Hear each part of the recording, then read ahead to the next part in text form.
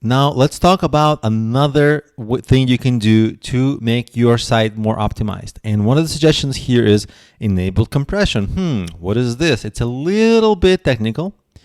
Let's look at how to fix this. There's a link here for enabling compression, and it shows you how compressing these certain files will help you in reducing the file sizes, right? And there's different compression, right? Like some things are not even hosted on your server, JavaScript files, style files, all kinds of things. And what you want to do is enable compression. Now, what happens is it's a setting that you would choose on your server. Now, if we take a look here, some things you cannot help.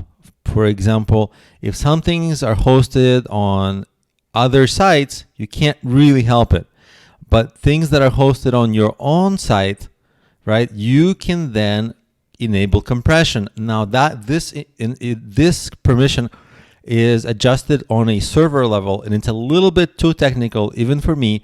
So what my solution is, if you have a web person that works with you, you ask them to enable this for you, basically enabling compression for those files, like your CSS files, your image files.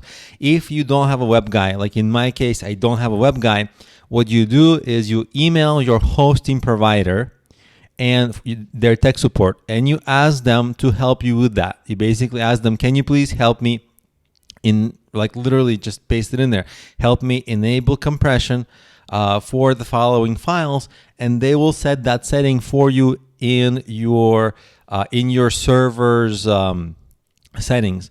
If you're comfortable playing around with your server settings, and of course be careful because you can change some things that are dangerous and then you can mess up a lot of things. So if you're not confident in it, don't do it. But they do provide documentation for how to do it, and they provide sample examples for the most common types of servers that are set up. Again, if you're not too confident in this, I would let professionals handle this, even though you might be smart enough and technical enough. First, this is going to take a lot of research time that you don't need to be wasting. But second is, I'm afraid of making some mistakes. So I'd rather get support to help me and just be done with it. But this is essentially something you can easily do.